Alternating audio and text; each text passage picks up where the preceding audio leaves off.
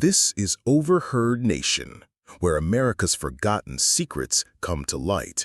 Ready to uncover the truth? In the late 17th century, the village of Salem in the Massachusetts Bay Colony was not a peaceful place. It was a cauldron, simmering under the tight lid of an unforgiving Puritan faith. Life was a harsh and meager affair, a daily cycle of relentless labor governed by rigid rules. The small, dark timber houses huddled together, as if for protection, casting long shadows in the weak light. They stood at the very edge of civilization, pressed in on all sides by a vast, seemingly infinite forest. This was not a place of pastoral beauty to the settlers, it was the untamed wilderness, the physical embodiment of the devil's kingdom. A dark and savage realm of chaos that stood in stark opposition to the fragile order of their village. Fear was the very air they breathed, a constant and suffocating presence. It was a fear born of their unyielding theology, the certainty of an angry God who watched their every move, ready to punish any transgression with eternal damnation. The devil was not an abstract concept of evil, but a real, tangible entity who actively sought to corrupt their souls and destroy their holy community from within. Every misfortune, from a sick cow to a dying child, was scrutinized as a potential sign of divine wrath or demonic assault. This spiritual anxiety was compounded by the brutal realities of their physical world. The memory of the recent and bloody King Philip's War was still fresh, and the forest that surrounded them was home to the native tribes they had fought, peoples they viewed as heathen savages in league with the darkness. The brutal New England winters were a constant threat, bringing with them the specter of starvation and disease. Their existence was a precarious foothold on a hostile continent, and they felt it with every cold wind and every strange sound from the woods at night. But the most dangerous threats were not external. Beneath this shared surface of communal fear, the society itself was cracking apart from within. A deep and bitter resentment festered between the farmers of Salem Village and the wealthy merchants of the nearby port, Salem Town. The village was a poor, agrarian backwater, while the town was a prosperous, cosmopolitan hub connected to the wider world. The villagers felt economically exploited and culturally looked down upon by their affluent neighbors, who also wielded most of the political power. Within the village itself, passion seethed and factions collided. Powerful families were locked in bitter, multi-generational disputes over land boundaries, property rights, and church politics. The influential Putnam family, representing the interests of the traditional subsistence farmers, was in a constant struggle for control against the Porter family, who were tied to the commercial wealth and more moderate views of Salem Town. These feuds trickled down through the entire community, poisoning the relationships between neighbors. Personal grudges, long-remembered insults, and simmering envy over a neighbor's slightly larger field or healthier livestock turned the village into a web of suspicion. Accusations of cheating in business deals and disputes over the minister's salary created an atmosphere where trust was a scarce and devalued commodity. The people of Salem Village had become isolated, not just by the forest around them, but by the walls of resentment they had built between each other. It was a community that had forgotten how to forgive, where every resident was a potential rival in a land dispute, a competitor in the church pews, or a secret sinner hiding some unknown corruption. The social fabric was stretched to its breaking point. The community was not just waiting for a disaster to happen, it was actively, if unconsciously, preparing the kindling for its own pyre. All that was needed was a single, terrifying spark to set it ablaze. The spark ignited during the bleak and idle months of the winter of 1692, in the very heart of the village's spiritual authority, the home of the Reverend Samuel Parris. Inside the cold parsonage, a strange and terrifying affliction took hold of his 9-year-old daughter, Betty, and his 11-year-old niece, Abigail Williams. The girls, once ordinary children, began to behave in ways that defied all explanation and reason. They would suddenly break into guttural screams, their voices seeming to come from somewhere deep and inhuman. Their bodies would contort into impossible, painful-looking shapes, as if they were being twisted by an unseen force. They crawled under tables and chairs, barking like dogs, and would stand frozen in trance-like states for hours, their eyes wide and unseeing. They complained of being bitten and pinched by invisible specters and pricked with pins by invisible hands, sometimes displaying small red marks on their skin as proof. Reverend Parris, a man already in conflict with his congregation, at first tried to handle the matter with prayer and privacy. But the girls' fits only grew more violent and more public. Finally, he summoned the local physician, William Griggs, who conducted a thorough examination. He found no signs of epilepsy or any other known physical ailment. After exhausting all medical explanations, he delivered his fateful diagnosis, a conclusion whispered in the corners of the small community. An evil hand was upon them. The doctor's words gave the supernatural fears a veneer of medical authority. News of the bewitchment spread through the anxious village like a contagion. Soon, other young women began to exhibit the same horrifying symptoms. Putnam Jr., the 12-year-old daughter of one of the village's most influential families, and their servant, Mercy Lewis, joined the ranks of the afflicted. A core group of accusers began to form, their public fits of agony becoming a terrifying spectacle for the entire community. The sight of these girls writhing and screaming on the floor of the meeting house during sermons sent a wave of panic through Salem. The abstract evil they had always feared was now a tangible presence, actively tormenting their children in their homes and even in the house of God. The order and piety they so desperately tried to maintain were collapsing into chaos. The community, lost in a sea of fear and confusion, demanded that something be done. They needed an answer. They needed a culprit. All eyes turned to the afflicted girls. They became the center of intense scrutiny and pressure from the village elders and magistrates. Day after day, they were relentlessly questioned. Who was hurting them? Who was the witch? The questions were leading, planting the answer before it was ever spoken. The girls were not asked what was happening to them, but who was doing it. In this atmosphere of intense pressure and interrogation, a profound shift in power occurred. These young women, who normally occupied the lowest rung of the rigid Puritan social ladder, powerless, voiceless, and subservient, were suddenly thrust into the center of the unfolding drama. They were now seen as the victims of a diabolical assault, their words treated as divine testimony. Frightened, and perhaps discovering the intoxicating allure of attention, they held the fate of the entire community in their hands. They had been given a terrible and absolute power, and they were ready to use it. Under the relentless pressure from the adults, the afflicted girls finally spoke the names of their tormentors. The first three to be accused were perfect targets, women on the lowest rungs of the social ladder who had no power or status to defend themselves. They were the community's outcasts, the people who already lived in the shadows of Puritan society. By naming them, the girls ensured that their first accusations would be met with belief rather than skepticism. These three women were to be the first scapegoats in a tragedy that would soon consume many more. The first name was Tituba, the slave of Reverend Paris. She had been brought from Barbados, and her culture was a source of both fascination and deep suspicion in the rigid, monochrome world of Salem. She had entertained the village girls during the long winter with stories of voodoo and magic from her homeland, and had engaged in fortune-telling games with them, such as dropping an egg white into a glass of water to see the shape of a future husband. These moments of forbidden fun, once a secret shared with the children, were now twisted into evidence of diabolical rituals. The other two were Sarah Good, a homeless beggar who often muttered curses when people refused her pleas for food, making her neighbors fearful and resentful. The third was Sarah Osborne, an elderly and bedridden woman who had become a social pariah. She had not attended church in over a year and was embroiled in a legal dispute with her own children over an inheritance. She had defied social norms, and for that, she was already judged in the court of public opinion long before she was accused of witchcraft. Their arrest was swift, and they were brought for a public examination in the village meeting house. The entire community gathered to witness the event. It was not an investigation, but a theater of horror. The magistrates, John Hathorne and Jonathan Corwin, presided over a scene that quickly descended into chaos. The moment the accused women were led into the room, the afflicted girls erupted into horrifying fits of agony. They writhed on the floor, their bodies contorting violently. They screamed that the specters of the accused women, their invisible, spiritual shapes, were attacking them right there in the meeting house. They claimed these spectral forms were biting them, pinching them, and trying to force them to sign the devil's book. If an accused woman bit her lip, the girls would scream that they had been bitten. If she leaned on her hands, they would complain that their own bodies were being crushed. This spectral evidence was impossible to refute, and for the magistrates and the terrified audience, it was undeniable proof of guilt. Sarah Good and Sarah Osborne vehemently protested their innocence, but their pleas were ignored in the face of the girls' dramatic torment. The decisive moment came when the magistrates turned to Tituba.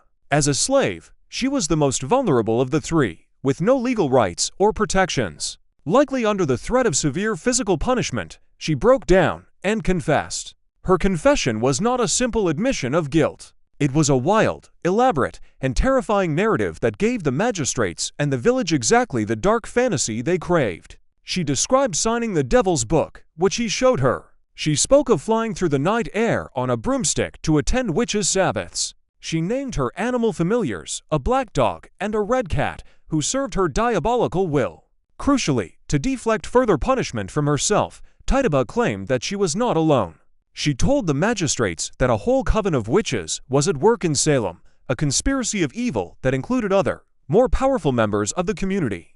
She painted a picture of an organized assault by Satan on this small Puritan village. Her words were like gasoline thrown onto a smoldering fire. This was the confirmation everyone had been waiting for. The threat was real, it was organized, and it was already in their midst. The fear that had been simmering for months erupted into full-blown mass hysteria. The hunt was no longer about 3 outcast women, it was now a holy war to purge the devil from Salem. Tituba's confession opened the floodgates. Her lurid tales of a diabolical conspiracy confirmed the village's darkest fears and transformed the scattered anxieties into a focused, righteous crusade. The accusations, which had once been confined to the powerless margins of society, now began to creep inward, targeting the very heart of the community.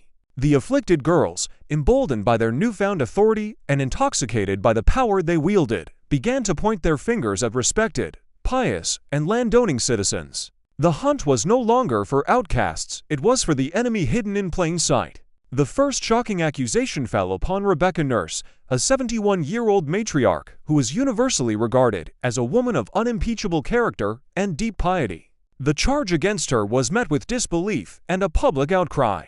Dozens of her neighbors signed a petition attesting to her good name.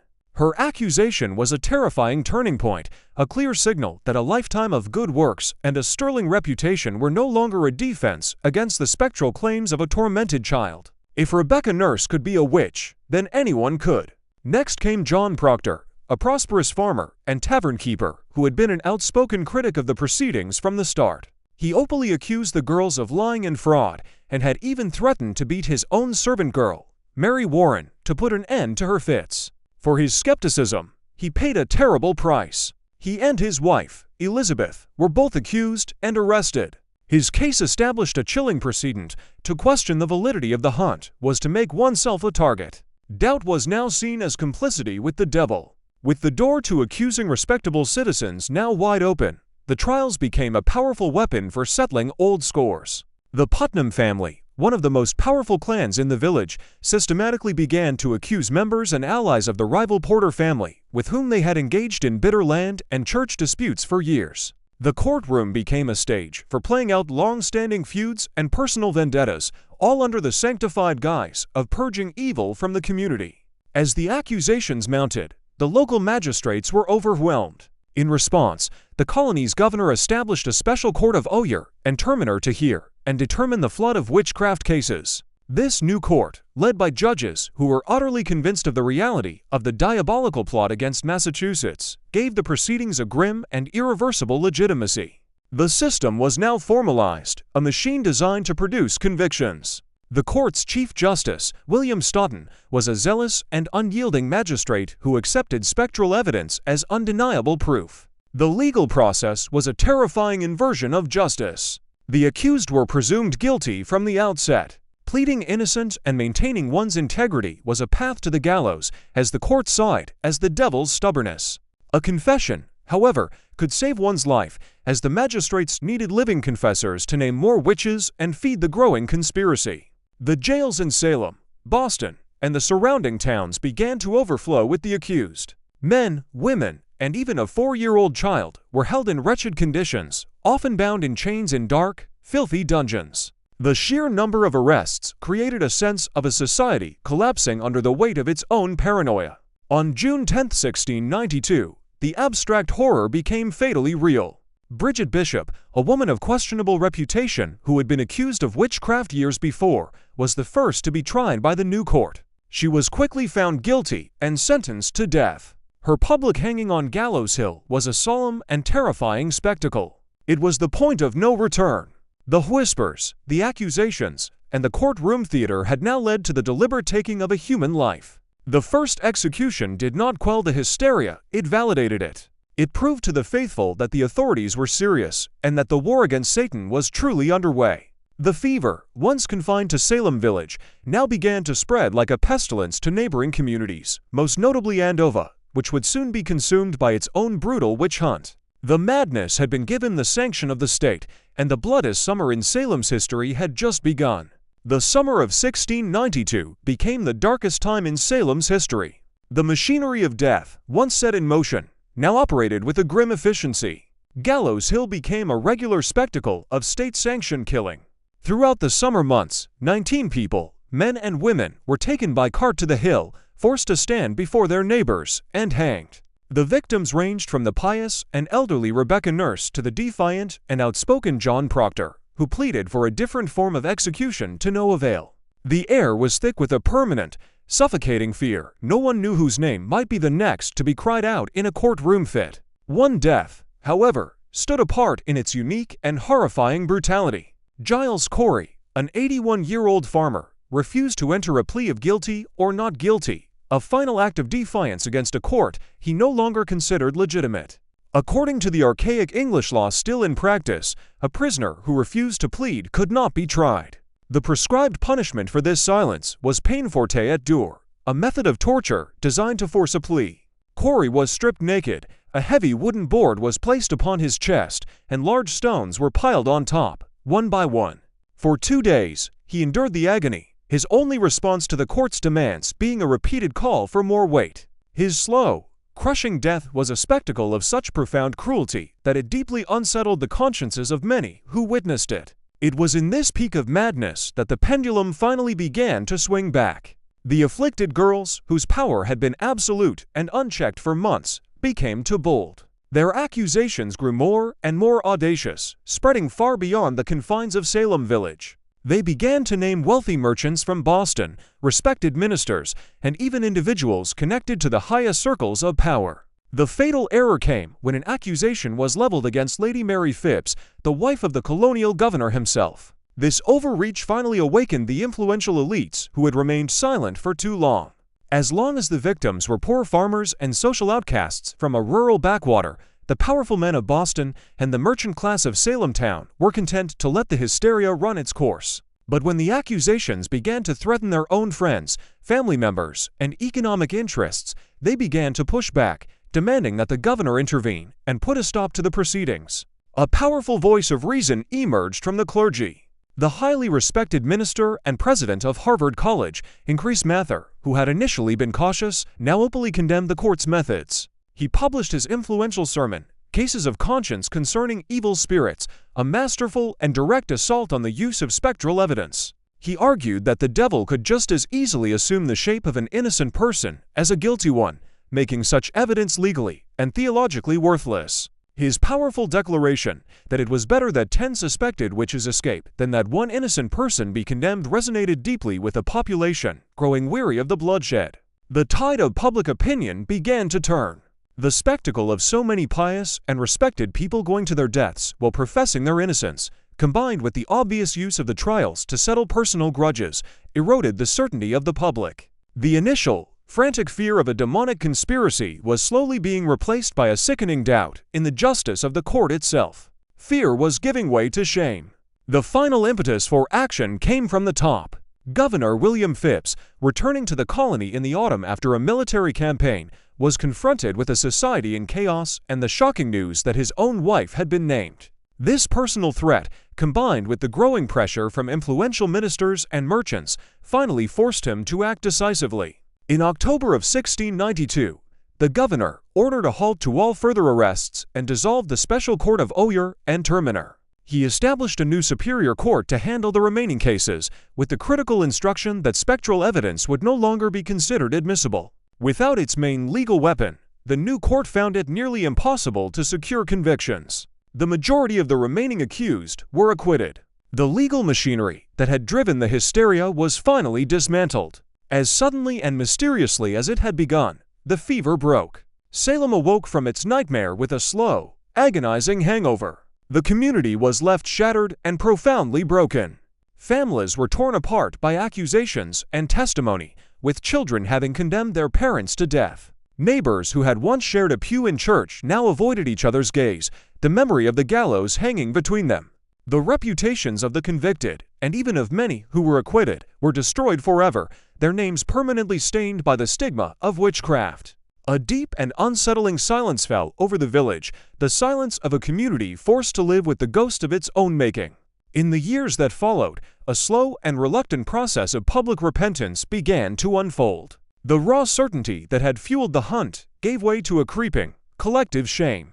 In 1697, the General Court of Massachusetts decreed a day of fasting and prayer for the tragedy that had been enacted. Samuel Sewall, one of the key judges in the trials, stood silently before his congregation in Boston as his public confession was read aloud, in which he accepted the blame and shame for his role in condemning the innocent. Even some of the accusers eventually recanted. In 1706, Ann Putnam Jr., who had been one of the most active and virulent of the afflicted girls, issued a formal apology. She claimed that she had not acted out of malice, but had been deluded by Satan into accusing good and innocent people. These acts, however, could not undo the damage. They were the desperate, futile gestures of a society trying to reckon with a horror it could not fully comprehend. The question of what truly happened in Salem has haunted historians and psychologists for centuries. What was the source of the fever that so completely consumed a rational, God-fearing community? Was it simply a case of mass hysteria, a textbook example of how fear and superstition can spiral into collective madness?